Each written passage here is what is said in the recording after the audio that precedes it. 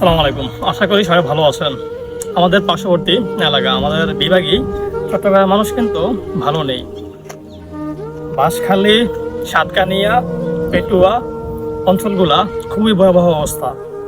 তো আমরা খোঁজখবর নিয়ে দেখেছি যে অনেকগুলো অঞ্চলে ত্রাণ গেছে, কিন্তু সবাই প্রথম সারিতে ত্রাণ দিয়ে চলে আসে।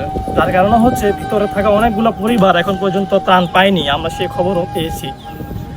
তাই আমরা উদ্যোগ নিয়েছি, আমরা আমাদের টিম নিয়ে 2-3 ভাগে বিভক্ত হয়ে আমরা 2 দিন কালেকশন করব এবং তৃতীয় দিন আমরা কিছু শুকনা খাবার এবং প্রাথমিক চিকিৎসার সরঞ্জাম যতটুকু আমাদের সামর্থ্য থাকে, যতটুকু আমাদের বাজেটের ভিতরে থাকে আমরা নিয়ে আমরা চট্টগ্রামের উদ্দেশ্যে রওনা হব এবং আমরা অবস্থানগুলো, আমরা প্লেসগুলো সিলেক্ট করে দেন ওই জায়গাগুলোতে গিয়ে আমরা মানুষকে সর্বোচ্চ সহযোগিতা করার চেষ্টা করব, যেটা আমাদের একভাবে সম্ভব না। মানুষ মানুষের জন্য আমরা যদি বন্যা পরিস্থিতিতে চট্টগ্রামবাসীর পাশে না দাঁড়াতে পারি, তাহলে আমরা মানুষ হিসেবে ব্যর্থ।